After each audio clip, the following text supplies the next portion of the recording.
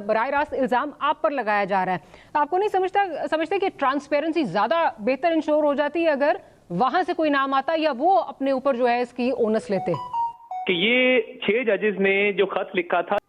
अस्सलाम वालेकुम नाज़रीन, अगर हम बात करें आज के इस लाइव प्रोग्राम की, तो आज के इस लाइव प्रोग्राम के अंदर मुस्लिम लीग नून के सीनियर रहनुमा अता तारड़ ने बड़े अहम इंकशाफ कर दिए हैं और अता तारड़ ने ऐसी गुफ्तगू की कि एंकर भी हैरान होगी। आइए पहले अता तारड़ साहब की मुकम्मल गुफ्तगू सुनते हैं, फिर उसके बाद आपसे बात करते हैं। ये चीफ जस्टिस सुप्रीम कोर्ट को लिखा था सुप्रीम जुडिशियल काउंसिल के हवाले से।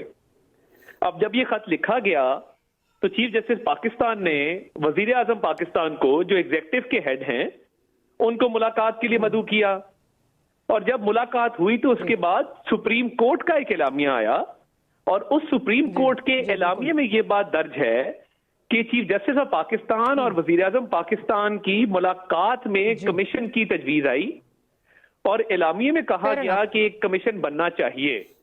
तो ये ऐसा नहीं है कि एग्जीक्यूटिव ने ऑन इट्स ओन ये पोजीशन अज्यूम करके। और मैं सिर्फ ये कह रही हूँ कि जो ये मुशावरत हुई कि आप ये नहीं समझते कि आपका दामन क्लियर रखने के लिए, एग्जीक्यूटिव का दामन क्लियर रखने के लिए ये बेहतर होता कि नाम शायद जुडिशरी से आ जाता, क्योंकि आप तो एक तरह से आप तो वो पार्टी हैं जिसपे इल्जाम लग रहा है। देखिए बात ये है, अगर तो हम किसी रिटायर्ड ब्यूरोक्रेट का नाम देते, हम किसी रिटायर्ड सियासतदान का नाम देते, किसी वजीर का नाम देते, किसी साबका वजीर का नाम देते, जो हम दे सकते थे इंक्वायरीज कमीशन एक्ट 2017 के तहत, तो चले आपकी बात दुरुस्त मान ली जाती। जब जुडिशरी के कहने पर और हायर जुडिशरी से मशावरत के बाद एक नॉन कॉन्ट्रोवर्शियल साबिक चीफ जस्टिस ऑफ पाकिस्तान, जिनकी इम्पेकेबल रेपुटेशन है, जिन पे कोई इल्जाम नहीं है, जिनका बेदाग माजी है, उनको लगाया जा रहा है, तो तनकीद किस बात की। और दूसरा देखिए, इसमें PTI is not a party और इस सारे में बेगानी शादी में अब्दुल्ला दीवाने का किरदार जो पीटीआई वाले अदा कर रहे हैं वो नामुनासिब है, क्योंकि देखिए ये मामला शुरू होता है 6 जजेस के खत से, वो जाता है चीफ जस्टिस के पास, वहां से एग्जीक्यूटिव के पास आता है, एक बामी मुशावरत होती है और आज काबीना टीओआर तय करके उन इल्जामात के हवाले से एक कमीशन बना देते हैं।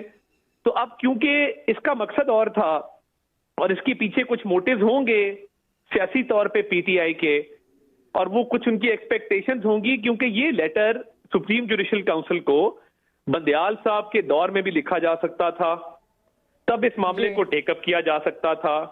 और देखिए जो खत लिखने वाले जजेस हैं, उनकी सरबराही जो जज साहब कर रहे हैं, उनका अपना रेफरेंस पेंडिंग है before the supreme judicial council, तो इसकी टाइमिंग पे भी बड़े सवालात हैं।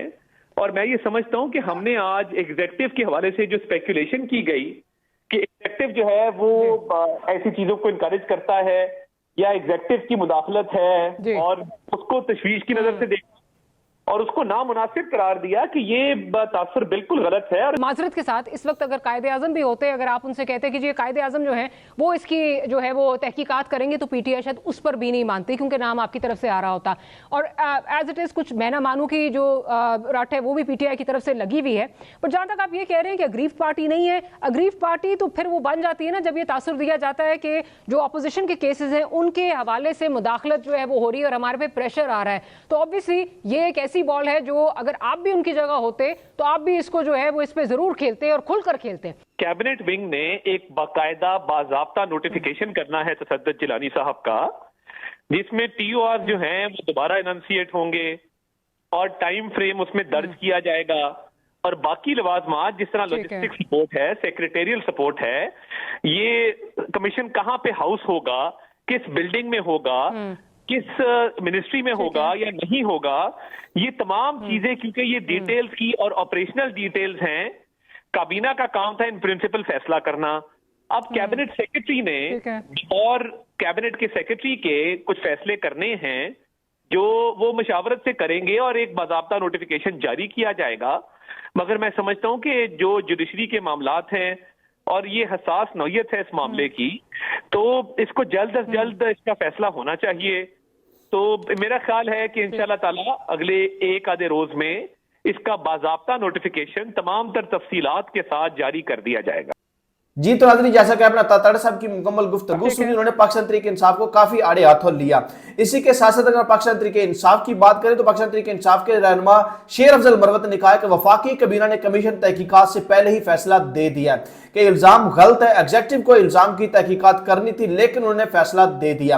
उन्होंने एयर न्यूज़ के प्रोग्राम में गुफ्तगू करते हुए मजीद ये भी कहा कि रिटायर्ड जज की सरबराही में कमीशन इंक्वायरी रिपोर्ट में जान होती है। जिस तरह शुगर स्कैंडल भी था, ये जजेस का खत एक संगीन इशू है।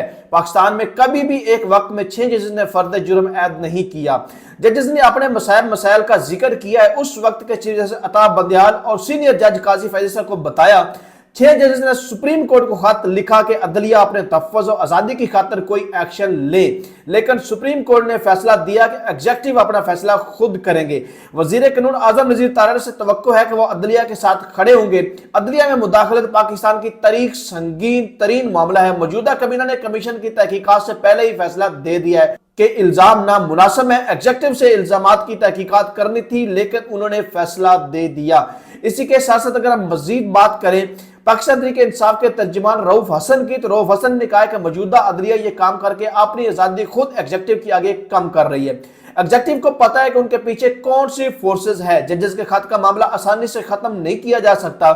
जस्टिस रिटायर्ड तस्दीक जिलानी का एहतराम करते हैं, लेकिन कमीशन को चलाना उनकी अथॉरिटी नहीं है। इसी के साथ साथ चीफ जस्टिस पाकिस्तान की मुद्दत मुलाजमत 3 साल करने पर गौर शुरू कर दिया गया है और इसके मुतल्लिक मजीद ये भी कहा गया है कि अगर मुद्दत मुलाजमत में तौसीक करनी है तो पहले तरमीम भी लाई जाएगी। तो नाज़रीन, ये थोड़ी सी इंपॉर्टेंट खबरें थी जो आपके साथ शेयर की। उम्मीद है आज की वीडियो आपको बहुत ज्यादा पसंद आई होगी। मिलते किसी नेक्स्ट मजेदार वीडियो में, till then take care yourself, bye bye.